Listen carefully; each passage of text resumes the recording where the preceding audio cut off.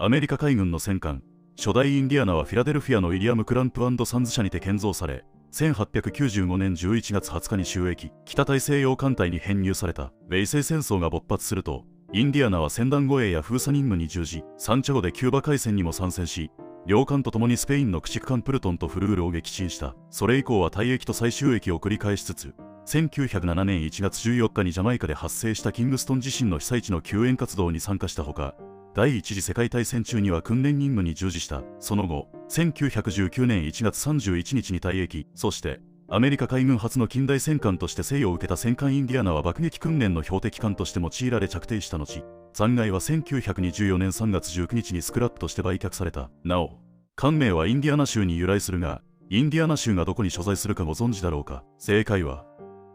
ここ、アメリカ中西部の北部寄りに位置している。ところで、あなたはインディアナと聞くと何を思い浮かべるだろうか。USS インディアナ。